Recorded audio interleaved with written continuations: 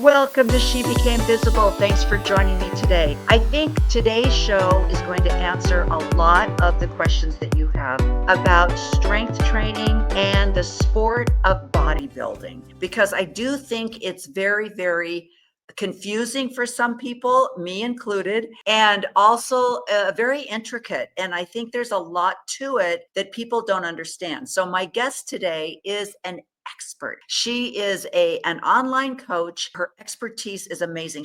This is the second time I've had Val on. We got a really great response from her last visit. We're going to talk about the bodybuilding competition sport and the difference between training and exercising and training, and controversy over building and cutting, and why can't I see my abs? I'm in the gym every day, and all of the kind of questions that I'm sure you guys have. It's very interesting because it's complicated, and I think people think it's easy. And I think some people don't understand the training element to it. So let's bring Val on. Hello. Hello. I think you were just starting to train for a competition. Yeah. The first time we spoke. And I love the fact that you took like a family vacation. Like, we're going to go to Europe for, whatever. And then after that, you're like, and now it's serious time. And so I want you to, we're going to talk about, like I've heard so many people say, the difference between exercising and training, or you might clarify that and talk to the audience about the difference of what you see in the gym and why you see people with really heavy weights, but they don't look like the person over here with maybe not so heavy weights, and all of the conflict that I think people have, which maybe intimidates them, stops them from going to the gym, or they go to the gym and they're like, oh yeah, I don't fit in here. That kind of controversy, because there is definitely a difference between, hey, I just want to go and work out and feel great, and I'm going to start a competition and I want to compete in a bodybuilding event. So talk about that, and also introduce yourself. I'm going to show this one picture while you're talking and you're introducing yourself. First off, I love your PhD. I was got a giggle out of that. Yeah. Persistent, hilarious designer. I think that's fantastic. It's funny that the little Instagram post that you shared, that picture, the other day, I told somebody I was 42. And I was like, oh, I'm actually not. I'm 43. So there's that I'm like, I'm getting to that point in my life where I don't really remember how old I am. My son was like, how come you don't remember? I'm like, I don't know. Yeah. I'm glad you said that, because I remember asking my dad at one point, and he was like, I think I'm 70. And I was like, how do you not know how old you are? I hate it when you reach the season that you thought was old and you're like, oh crap, I'm doing that now. So yeah, I'm glad you said that. Yeah. Thank you again for having me on, Rene. I'm so excited to be here. And we did have a really fun discussion last time. I wish I could remember when it was too. I think it was maybe April, somewhere around there, March, April, because I started my contest prep for 2025 in the 1st of May. So that was when I started. And just a little bit of background about me is I have been an online fitness coach since 2016. It was about that same time that I started into the competition prep world as well, and have since had mentors and done different certifications. And, I've got my 3 boys. They're now much bigger. Their ages 10, 13, and 15. And like literally they're bigger. My oldest is 6'3", which just like blows my gosh. Yeah, he's so tall. My husband's 6 foot. So we're like, we don't know where this height is coming from, but it's kind of fun. So yeah, just doing all this, being a mother and having that support from my husband to really take on this role of online coach and really work with women and help them in their pursuit of not only their aesthetic goals, but also their mindset around food. Like you mentioned, training. Are they really training? Are they getting in there and pushing intensity, or are they just kind of going through the motions or doing more of a cardio type of workout and things like that? It's really interesting, because if you're online and you follow people that are in the bodybuilding world, there's a new thing that people are doing, trainers are doing, where they pretend like they're just in the gym, and then they look over and they see somebody doing something and they're like, no, And then they walk over and they, correct their form or something like that. And I am nowhere near knowing what the crap I'm doing, but I do find myself looking at people going, oh no, you got to stop doing that. One of the things is the speed. You see people that are like, and I'm like, whoa, slow down, but I wouldn't dare say anything to anybody because I certainly don't know what I'm doing all the time. But yeah, so you do see different things in the gym for sure. Yeah. And I call that, like, usually it's just lack of education, but then you'll see people who are lifting really heavy. And I call that ego lifting, where it's just like, oh, progressive overload. And they're thinking about the load and the progressive overload of just trying to add more weight. There was this Instagram video I saw the other day of a guy who just piled on a ton of plates on the leg press. Just the whole thing was full. And he gets into the machine, he wraps his knees, and he's barely moving the weight. It's just like, It's like, what are you doing here, dude? Like, that's not helping. I've seen that as well, where they're just kind of barely moving, and again, I'm just like, I don't think that's how you're supposed to do it, but I'm not going to say anything, for sure. But this is what you look like now. Oh, yeah. And I was like, oh my gosh, girlfriend is just crazy. How many competitions have you done to this point? This year I've done one. Okay, just the one. Okay. And you're planning on doing another one soon? Yeah, next week. So September 13th in Florida is the plan right now. Okay, so you're traveling. You're going where the competition is. Do you stick with NPC or IFBB?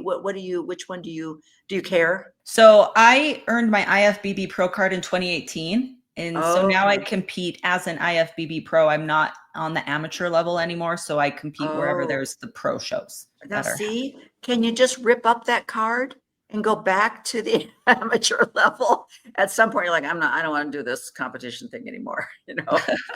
Yeah. When I'm done competing, like I'll be done. But right now I'm still in that pursuit of trying to see if I can bring a look that's competitive for that pro stage. Cause I would love to win a show and go to the Masters Olympia, which will be in 2027. So wow. I do it every other year.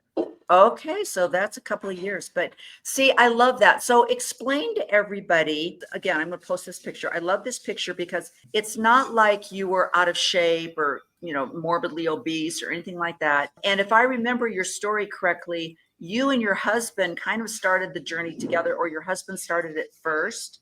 And so tell everybody about that. Just remind everybody. I think you told that story in our last interview, but tell that story again. Yeah. So it was my husband who came to me and was like, I want to do the bodybuilding competition. The coach that I have hired said that if I get my spouse on board, that you're 50% off.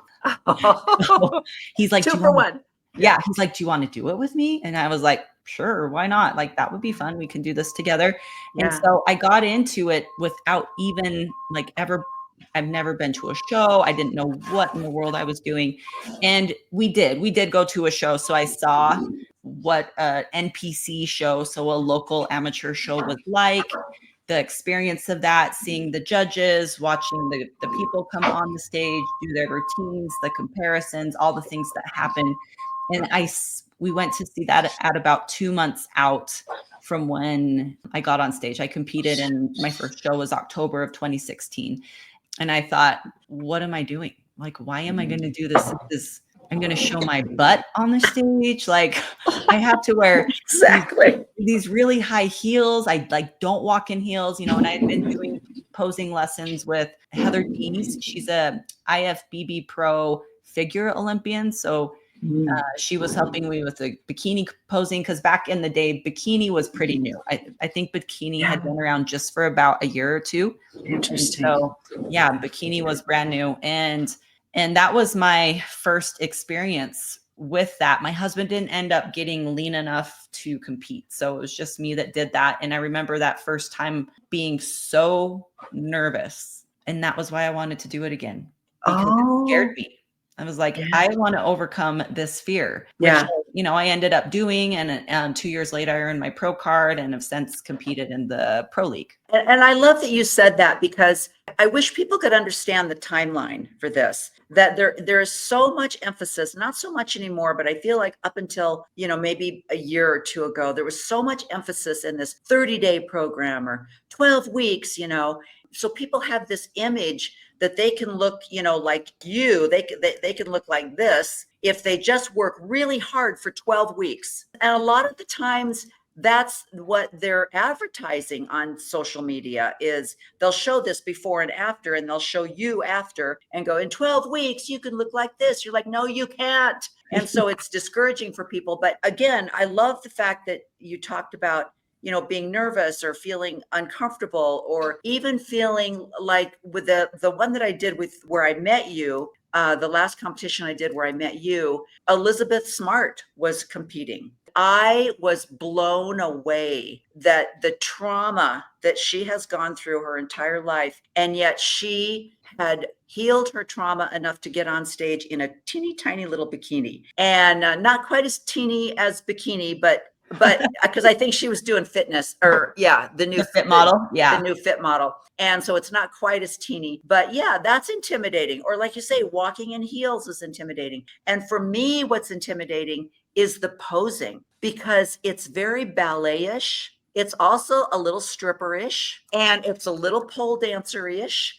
And that's very uncomfortable for me. It's like, I don't think I can get on stage and shoulder rub and stick out my glutes and all that kind of stuff, because I felt like, oh, that's not, I shouldn't do that, And the more I've watched and the more I've seen the posing coaches online, I've realized, okay, this is part of the program, and it's the way that you demonstrate your strength. And so, I'm feeling a little bit more comfortable, but this has been a year where I feel like I'm just now going, okay, I'm going to take this posing instruction more seriously, because I didn't feel comfortable. I felt like I can't get on stage and stick my glutes out and roll my shoulder and all this kind of stuff.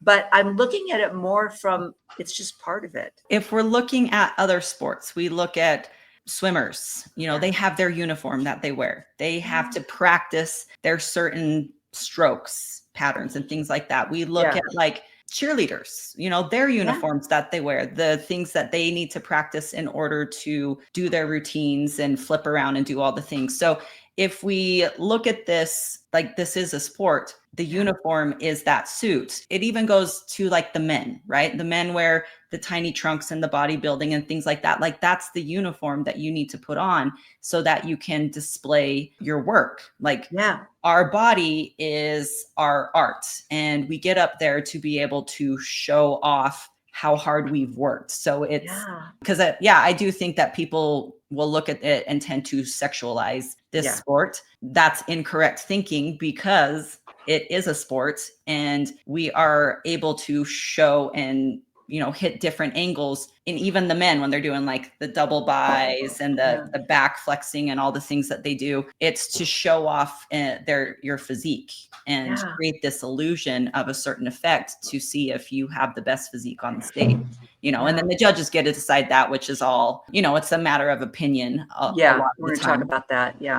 But it really is a cool thing. Like I love this sport so much because you can sculpt and shape your physique, and then you get to get up there and show it off, but not in a way. And I do believe that like in the pro league too, that the women I compete with, like we're not up there like being sexual in our routines and things like that. We're there showing confidence. And it like excited to display our hard work. And the other thing that you learn is what the judges are looking for. And I remember when I first started, I just kind of was looking at it from like I would look at the competitors, and I just kind of looked. And it wasn't until I started seeing, people talking about the glute and the hamstring connection. And we don't want to see this in the new fit model. We don't want to see your glute and hamstrings. And I'm like, but I wanted to see my glute and hamstrings, or, we don't want to see, and like you said, the outfit, it depends on each category. Like you say, the men will be in little Speedo trunks for one category, but then they're in board shorts for another category, because you're showing, and the same for women. They're in the figure has a completely different suit than the bikini, and the bikini has a completely different suit from the fit model. And that shows you what area of the body they're looking at or what the category is. And I thought, this is so much more complicated than I thought. Or it's like somebody will come back and they'll say, well, the judges said, remind everybody, the judges were like, what one of your clients, they were like, her delts are way too striated and muscular. Yeah, yes. And I'm like, but that's a good thing, but like not in this category. And I was like, oh my gosh.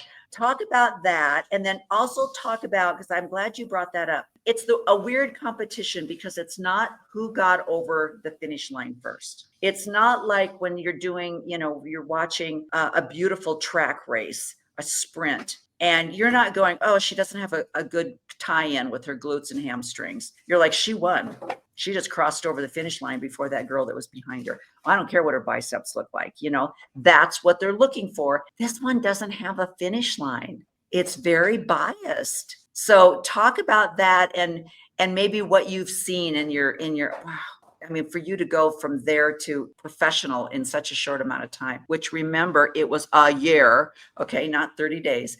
Talk about the whole judging process. Yeah. So with the different divisions, and if you go to NPC News Online, it will show you what the judges are looking for. Like, this is the criteria of what the fit model should look like. This is a criteria of bikini. This is the criteria of women's figure, things like that. So you can see the criteria. Now, at the end of the day, when you go to a show, the judges have to judge based on who shows up. Oh. And so sometimes you get people where, in Fit Model, there was a show that just happened over the weekend in Texas, and they were showing the girls in the Fit Model division. They looked like bikini competitors. They were, you could see a lot more definition in their delts. You could see more of that glute into that hamstring. They call it like the glute ham tie-ins, where you can really see like the teardrop shape of your glutes into your hamstrings. There's a lot of that, and people were like, this has to stop. And the thing is like, that's who showed up. The judges can't be like, okay, nobody fits the criteria based on what's on NPC News Online, so we're not going to award anybody. Like, you judge based on who's showing up. That's something that people need to remember, is it just depends on who shows up. And then as you, the competitor, you're going and you're bringing your best. The judges, like you said, it's not about who crosses the finish line first. The judges don't care how many hours of cardio you were doing. They don't care how long your prep was. They don't care about any of that. They're not asking you about your history when you're getting on the stage. They don't care about how much you weigh. They don't care about how much your body fat is. Like, none of that matters. They are looking at you on the stage as you are in that moment, comparing you to other people on the stage and making the judgment call of who fits the division criteria the best. I love that. Yeah. That's really important, because they're not looking at last year's winner and going, oh, nobody looks like the person who won last year. So you're all fourth place, get off the stage. Yeah. Right? I love that they're actually working with what they have to work with. But also going on the criteria. And I know that Fit Model is a new criteria. And I think it's still, because as you said, back in 2016, what was bikini is now Fit Model. Right? Mm-hmm. Yes. And so they're kind of going backwards to, this is what bikini used to be, which is not quite as lean, not quite as defined, but still defined. And so then the bikini got leaner and leaner and a little bit more muscular. Do you know when did wellness and figure come into, where people were like, oh, I used to do Fit Model, but now I'm doing bikini. Well, now I'm going to do wellness. Explain to people, like, if you decide, well, I don't want to do bikini anymore, I want to build a little bit more muscle, and so I'm going to move up to wellness. Explain how the difference between those categories. So figure has been around from the very beginning. Figure was bikini. Oh, okay. And then now Fit Model was bikini, but figure has continued to get more muscular, a lot bigger. Most of the women that are in the figure division are on performance enhancing drugs. They're doing things to help enhance their physique. Bikini's like that too now. Bikini is a very muscular bodybuilding division. Fit Model is at that entry level division where, unfortunately, you're still seeing, like, I'm hearing of people that are taking things in Fit Model, different things to help with enhancing their physique, or, things like that. Right. But it's supposed to be more of that entry level where you're not as hard, you're not don't have as much muscle density. You're not getting as lean looking to see all that definition. Wellness is a category that was introduced a couple years ago. And it is for women who have like the bigger quads and hamstrings and glutes. So their lower body has more muscle.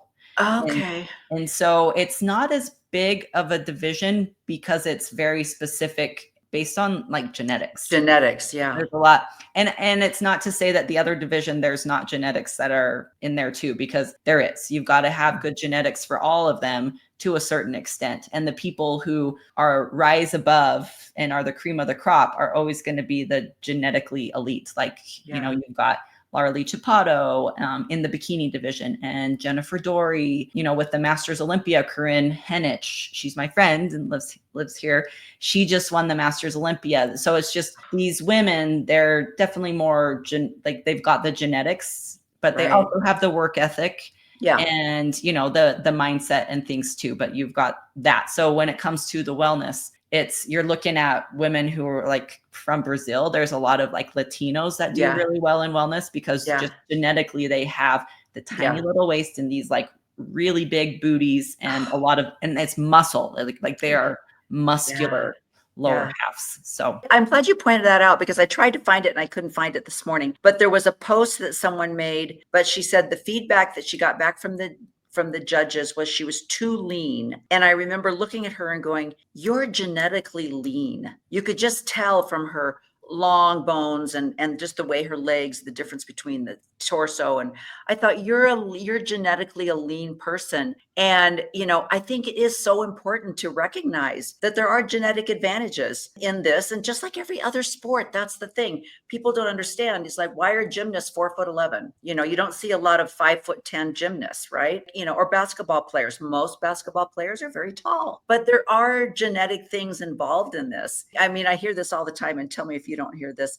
The men that are like, I can't build my legs. Leave me alone. I have skinny chicken legs no matter what I do. And so, I mean, that's true, but you can be the best you can be. Yes. And if you happen to have a body part where you feel like you're lagging or that it's smaller, one thing you want to do, and this gets back into like exercise versus training, is you got to assess, what are you doing in the gym? Are you putting more emphasis on the things that you can see? Like a lot of guys love to do their biceps and their shoulders and chest because they can see that. And it's easy to get a pump, but legs, a lot of people don't like to train legs. So maybe they're sandbagging. Maybe they're not pushing themselves enough. Maybe they have a lot more volume or exercises they're doing for their upper body and they're not doing many for their lower body. And so when I go in, like even just with my clients and kind of assess their training, it's like, it's not necessarily that you need to do more for that body part. It's just you need to do it better.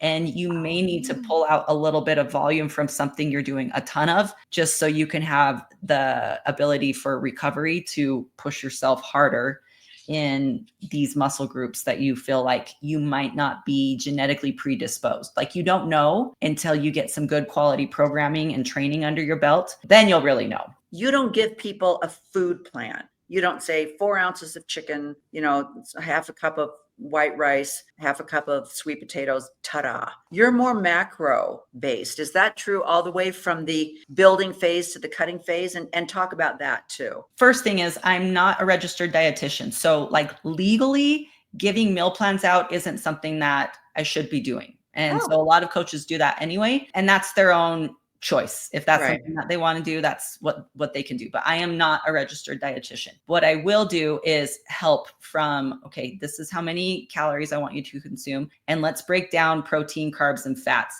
And for some people, especially when they're just getting started, it's really helpful to break those down. But I've got a lot of clients who just track protein and calories only. Oh. And so that gives them a little bit more flexibility. It just helps them with not being so OCD for a lot of women who, because, you know, a lot of women have like eating disorder type of past and stuff. And so they don't want to get too obsessive about Right. hitting numbers, which is another thing for me that I like preach big time of, like, I'm not looking for perfection. So if you are tracking your macros, I don't want you hitting your zeros every day. Like, that's not important to me. What's important is that you're getting within that range so that you can be making progress consistently week after week, whether that's in a calorie deficit or whether that's just in like a maintenance phase where you're just, weight is fluctuating and you're having some days that you're hungrier than others. Like, honoring those hunger and fullness cues is a huge part. And a lot of people fail to do that, and to understand what that's like. So it's taking my clients back into this. Okay, like, are you really hungry, or are you eating from like emotion, like out of emotions? Are you eating out of boredom? Sometimes even, women who are still cycling that have their periods, like, they can get more hunger around their cycle and things like that. So it's like understanding when they're hungrier, or if it really makes sense to eat, and being able to take a beat and be reflective of, like, am I really hungry? Have I had enough water today? Am I just bored? Do I really need to eat? Like, when was the last time that I've eaten? Was the last meal I had, what was there protein with it? Am I eating some fruits or vegetables? So looking at some of those things is really helpful. So I take my time with my clients to create sustainable habits for them in the way that makes the most sense for them. So yeah, I'm not, like you said, like, I'm not going to be telling them, like, you need to eat these foods. If I did, and I've seen this a lot, like, people come to me, well, my last coach gave me this meal plan, and so I was trying that and it didn't work. And it's like, the first problem is you think that meal plan's like magic because you saw results with the last time. And it's not the foods that you ate. It's just that you were following a plan. So make your own plan. Make your own plan. What are the foods you like? And eat those foods, because that's going to create sustainability over the long haul versus just something where you do for a short term and then you go back to what you're doing before. The biggest thing that I see is a lot of people, they don't eat their fruit. Like, a lot of people don't eat fruit. I know. And Because so we've been so indoctrinated with that fructose sugar stuff, watermelon is 100% sugar or whatever, and so it's like, I can't eat that. A Snickers bar or watermelon, what should I have? They're both bad. Yeah, and they're not. That's the thing, right? They're not. And there's so many benefits. You get vitamins and minerals. And yes, fruit is sugar, a form of sugar. Your body needs fructose. Your liver needs fructose in order to run its detoxification processes at night while you're sleeping. So you want to be able to fill your day in your nutrition with the rainbow. You want to have your protein. You want to have some vegetables. You want to have some fruit, but you also want to have a little bit of, like, maybe 15, 20, even like 25% of the fun stuff, the processed foods. And so it's not that we're looking from this polarizing view of bad food or good food. It's, am I eating enough whole foods so I'm getting my vitamins and minerals and fueling my body, but also enjoying food as well? Because there is, whether or not we want to admit it, but there is like a social aspect to eating. Yes. That we don't want to avoid, but we want to be able to make good decisions where we don't end up going out to eat all the time and then feeling sick to our stomach. And then, the whole, like, some people will binge and then they'll purge, and other people will just restrict. So it's finding that middle path. Like, you can have the good foods, and you can have the whole foods, and you can have the more processed fun foods as well. And you can live in the middle. You can have both. There's so many food programs out there that I do think it creates more of a eating disorder, just because of the no carbs or no sugar or whatever. And it does create this depression. I can never eat this again. Okay, so let's say that you are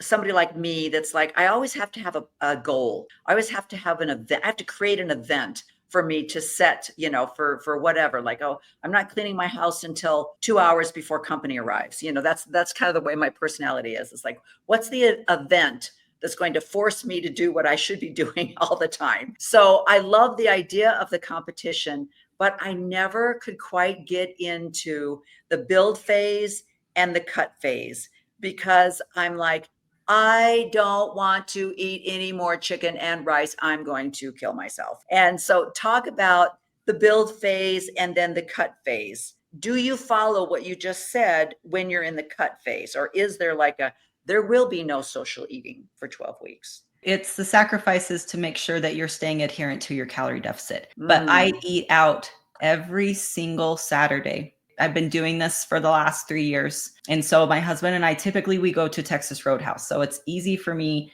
to still go out, go on a date. I get a steak, I get a plain baked potato, and I get a salad with the low fat ranch, depending on what makes, like if my fats are lower, I'll say, no cheese or no egg, like I'll pull things out. And I've just got to the point where I know, like, just by looking, like how much potato I'm eating. So I don't eat the whole potato. I'll have it decided in advance. So I've planned like, okay, I'm going to have 150 grams of my baked potato. And sometimes we'll order food to go. And then when I'm at home, it's really easy for me to weigh. So I can kind of double check and see. But that's the one thing that I have been able to do, but it's taken years of consistency and building confidence in myself to get to this point. There's other places where I just know what the food is like. When you eat out, you just don't know what fats are in there, because there's typically going to be more butter and stuff like that in different things, but and oil. But just with my consistency of eating at these same foods or these same restaurants all the time, it works for me. Interesting. Yeah, my approach is I eat the same foods in contest prep that I do when I'm not in contest prep. Depending on how many calories I'm eating, I decide, does it make sense for me to eat cookies from Crumble? Like when I'm eating, it's like when I'm eating 1,200 calories, like that's a poor choice to make, because it's going to take up such a big amount of my daily budget of my macros. And so with that mindset that I have around that, I'm not saying I can't have this food. This food is bad. It doesn't fit for what I'm trying for my end goal right now. Yeah. So it's there. I could have it if I wanted to, but then I would be pretty upset like 3 or 4 hours later when I'm starving, because I just had like, a little quarter slice of a cookie when I could have had a whole meal with some protein and a little vegetables. See, and that's the difference between you can never have a cookie again. I'm going to, for the next 12 weeks, only eat chicken and rice. And so I'm going to die. You hear people will say that. They'll be like, I was so cranky. My husband can't stand it when I get into prep mode because I'm hungry all the time and I'm grouchy and I won't go out to dinner with anybody and we don't have friends and I won't go to the birthday party. Then you'll hear people say, I'll never compete again because I have no friends, anymore. It does kind of ruin people if they don't. And I think because a lot of people will just jump in. They're like, oh my gosh, I went to this show. I saw my friend. She just lost a bunch of weight and got on the stage. I want to do that. So, and it even happens with like just general population. When they hire a coach, the first thing they want to do is lose weight. Right. So it's like the same thing with the contest prep. It's not like I'm gatekeeping the weight loss or the contest prep, but it's like, I want to make sure you've got solid habits. I really want to see what it's like for you to live at maintenance and how you sustain that, like what your mindset is like before we go and do something like that, because you're going to have a bad experience. It is hard to be in a deficit. Like we're purposely eating less food to achieve a certain look and lose some body fat. And we live in this world of fast food and really highly palatable food. And so if we don't have more like structure or discipline around our nutrition choices and the way that we approach nutrition and our mindset, because I think that a lot of women too, it's like our mindset holds us back. We say we're fat and then we guilt trip ourselves and we do all of this stuff. I hear it all the time, like clients I'm working with right now through this type of stuff. But if we can get to that place where, and I say this all the time too, I'm not looking for perfection. I don't expect you to be perfect, but I expect you to be consistent. Mm-hmm. And once we get to that place, then it's like, okay, let's move into a contest prep, because you've already got all these habits in place. You know how to train hard. You've got some good routines. You have your outline of like when you like to eat throughout the day. You're noticing when you're hungry or when you're full, or are you bored eating, or do you have like, stress eating or whatever? You're like pretty good at it. And then you move into a fat loss phase. It's really good. We're like efficient, or contest prep as well. And it's not to say that it's not going to suck. You're still going to get to points where you're going to be hungry. You're going to be pushing yourself, especially in a contest prep when you're getting to physique that is worthy of being on the stage in a bikini.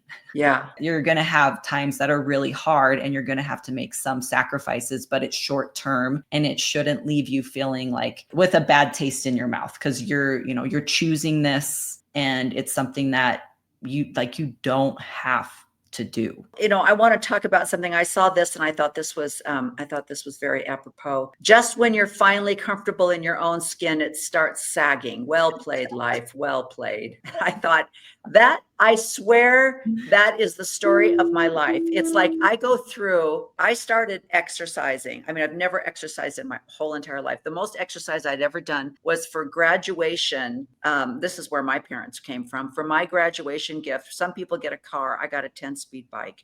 And so I started riding my bike. I even took it with me after I joined the Navy. My first post was in Japan. So I would ride my bike back and forth to work. That's the most exercise I've ever done in my life. So it wasn't until I had my 5th child that I started to exercise, and it was running, right? So I lost body fat. And I got thinner, but my body didn't really change, but I was 30. So it's like, I like the way my legs look. And so it's like, why didn't I know how to do this when I was 20? Why didn't I know this so that I could have built those muscles, And then I feel like I was getting in really good shape, but now I've had 6 children and I have stretch marks and I have stretched out skin. And so I always feel like I'm one step behind. It's like, now you're in really good shape, but you have a flabby belly because the skin is all stretched out and it's not going anywhere, people. I'm just telling you, I always feel like I was one step behind. So now I feel like I'm in strength training and I can see such a change, but I'm 71 and my skin is like,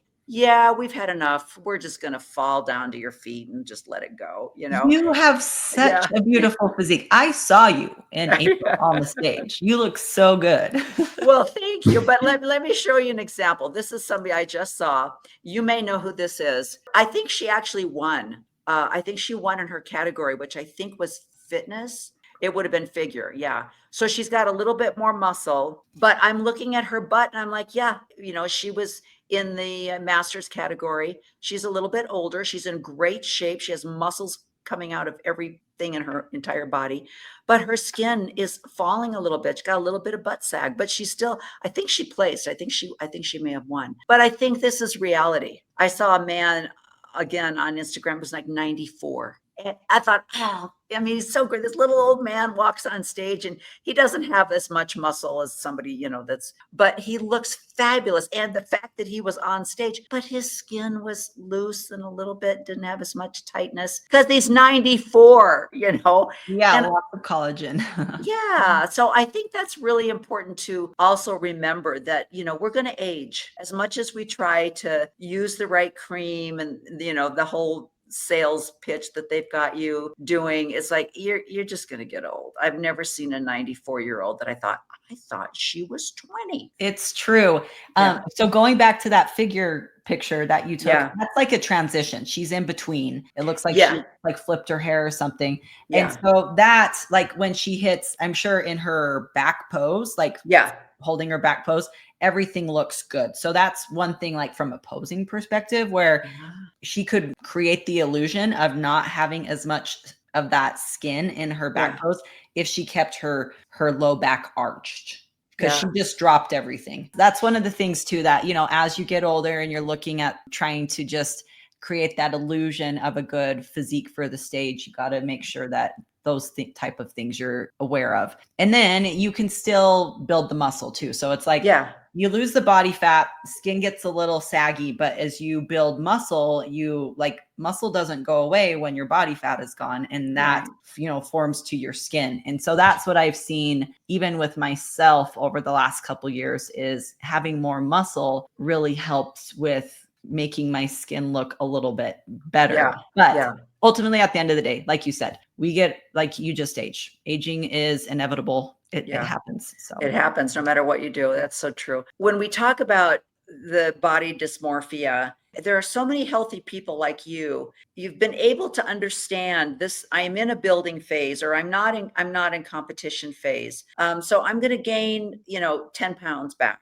And so what clothes I'm wearing in this phase and the clothes that I'm wearing in that phase are going to be different, and that's hard for women to, how do you handle that? And how do you coach your clients? We're not in competition. Competition season is over for you. And we're going to go back to maintenance, or we need to build those glutes a little bit more. So we're going to add some calories back. So you're going to gain a little bit more weight. And the women are like, but I liked how I looked when I was 2% body fat. So how do you coach your clients when it comes to that, so you don't get this body dysmorphia? Even with all of the prep work, with coming from the coaching perspective of like, hey, this is what's going to happen. You can't expect to like live at your lowest scale number that you weighed in your fat loss phase or contest prep. Like, your weight's going to come up, whether it's a couple pounds or 10 pounds. And it also is relative to like, is this person, do they need to lose more weight? So are they still on this trajectory of like, we're going to do another fat loss phase and try to lose another 10 to 15 pounds to get them into a place where they're at a good body fat that they're comfortable in their skin at. I think there's always going to be an element of like feeling like, oh, I don't see my veins anymore. My muscle definition, like I'm getting a little bit softer.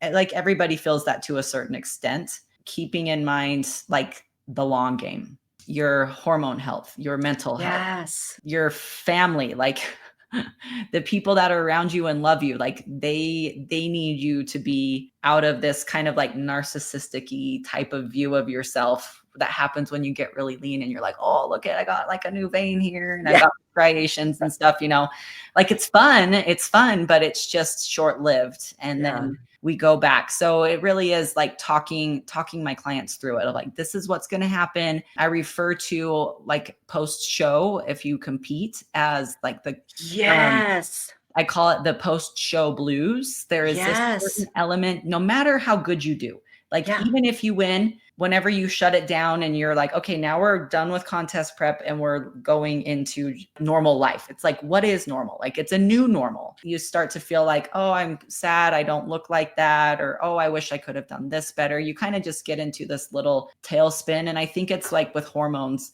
just getting back to baseline with your hormones, your body kind of fluctuates with that. But that's a very real thing. Hunger too is a pretty big thing. Like even when you're eating a substantial amount of food, because I don't do reverse diets, like I just bring my clients up to perceived maintenance, they're still feeling hungry because things are a little bit out of whack. So it's like, you're going to feel hungry. Like we're not eating to make you full. We're eating at a place where it's like perceived maintenance, but you're still going to feel hungry for a little bit. So not only are you feeling hungry, you're also like losing the lines and feeling a little bit discouraged. So that's a big time of just communication. I just keep reminding them, like, hit me up during the week. I don't care. Like, I want to hear, I'm here to support you, because it is kind of a weird time to navigate and work through.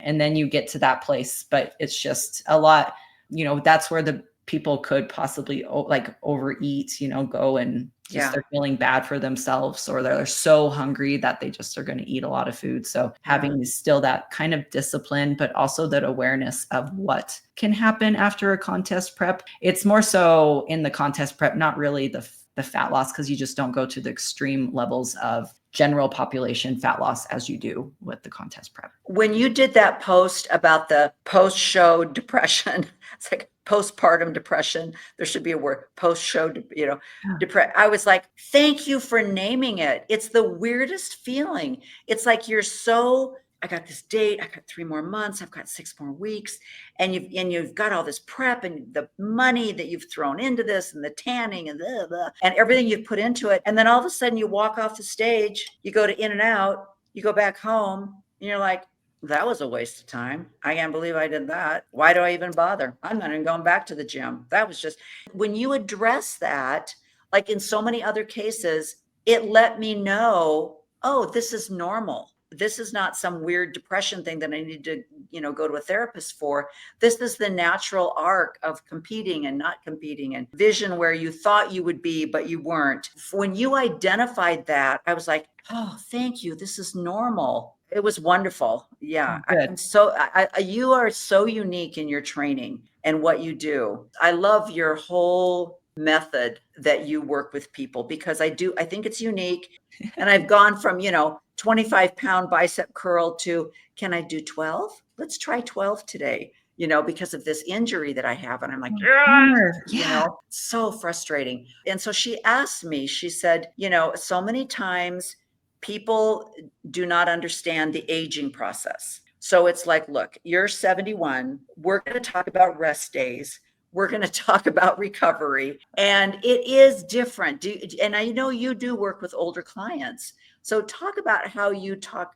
I got a 20-year-old, we're going to sprint your guts out today, versus a 60-year-old that you're like, you might want to take tomorrow off. And when I didn't work out for like a week, I came back and I'm like, I think I kind of see a little bit more improvement because I took a couple days off. Recovery is just as important as your training, and you can only train as hard as you can recover from. So if you're doing too much, you'll start to notice like the little like niggles, different things that happen. And I do feel that just with age, those things become more prevalent. Like I sat into my car yesterday and it's like I kind of slid into the seat. And now my hip is hurting. I'm like, what in the welcome to my 40s, I guess.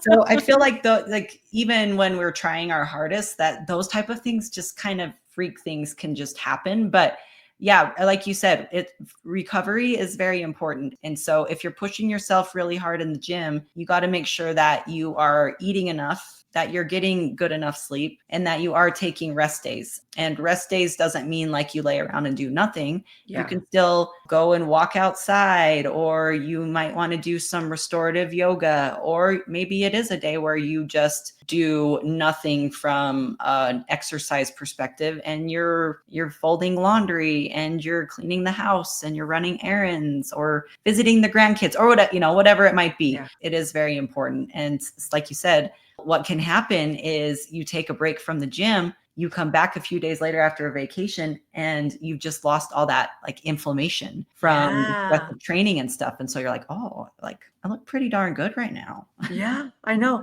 Yeah. And it's interesting. The other thing she told me, because I've really tried to stay away from any kind of Tylenol or ibuprofen, because I've read all the stuff about, I have a nephew, as a matter of fact, that's a nurse. And he's like, Tylenol is killing our livers. We are all going to die because we take too much Tylenol. And I also had read some things about how inflammation is kind of part of the healing and the building process as far as muscle. So I'm like, I like that I'm sore. I'm not going to take any Tylenol. Well, then I had this injury. So this stretch lady is like, you need to take some Tylenol for 72 hours. You need to take Tylenol. Let's get the inflammation. I'm like, really? And so I took some Tylenol and I was like, oh, you know what? Actually, it feels a lot better. I'm like, oh. But of course, there's always the extreme of everything, right? Yeah, it's finding that balance of like, okay, am I really in pain? Yes. Yeah. Or if it's just like chronic pain where you're constantly taking something like ibuprofen all the time, then it's like maybe there's something deeper, because taking that all the time is not good for you. Obviously, if you're taking something to try to mask some sort of pain, let's figure out what's going on and get to the root of the problem. Val, you are just amazing. And I'm gonna link to your coaching. Yeah, email's fine, or you could just go to my website, which is strengthtrainwithval.com, and then you can get a hold of me through there. Okay. But yeah, my email is val@strengthtrainwithval.com, or you can send me a DM through Instagram, Val Lusvardi. So yeah, I would really highly recommend that you follow her on Instagram. You can DM her, but if you're looking for a coach, I am just so thrilled with what you post and how honest you are in your posts and what you're doing and your advice to me. I hate to say this, but I love working with a woman. I just like, talking about your hormones and how that's a big thing right now. People don't understand how important that is and where you're at in your cycle and your, like you said, your hunger, or maybe even your progress, or I'm exhausted. And so many women think, oh, I'm just a loser. And it's like, no, where are you at in your cycle? Where are your hormones at? Because so many times women are blamed for their behavior on their hormones, or they look at their hormones as something that's evil. Mm-hmm. And now we're starting to understand, oh no, during your cycle, when the people around you are going, she's lost her mind, she's crazy. What that means is your testosterone is high. So you're acting like a guy. So when a guy acts like that, they don't go, oh, his estrogen must be a little high. He's a little weepy. I've noticed he's a little bit more kind and understanding. It must be his estrogen. When he acts like an idiot, you're like, yeah, he's a man. It's like, no, that's where his testosterone levels are. But we have not given women permission to acknowledge where our hormones are because we've been blamed for our hormones. And it's assumed that our behavior is based on those wacky women. All right. Thank you so much for joining me today. I appreciate you taking the time. Yeah. Thank you again, Rene. Thank you. All right. Talk to you later. Bye-bye. Oh, I hope her information has helped you out. As a woman, there is a lot of misinformation out there when it comes to the fitness world. And even in exercise, if you are looking at any of these programs where these people are doing these silly little, like, I do arm circles, this is how you build up your biceps. It's like, no, it isn't. So it's important to find a reliable coach. And for women, I kind of highly recommend finding a woman coach. I also want you I also like the way she handles your food prep. And I like the way she describes calorie deficit. Because I think there was a number of years when there was, I'm going to love my body and we got to stop counting calories and just love. And so I think that's caused a lot of more problems than it's solved. And so in the fitness world, in the strength training world, they do talk about calorie deficits. And so I think that's something that we have to relearn and retrain our minds. And Val's really good about that. So thank you for joining me today on She Became Visible. Please subscribe and push the notification button so that you will be at least aware of the upcoming events that I have and the wonderful guests that I have. And if you choose not to watch it, that's what the notification bell is for. So thanks for joining me today on She Became Visible. Bye-bye.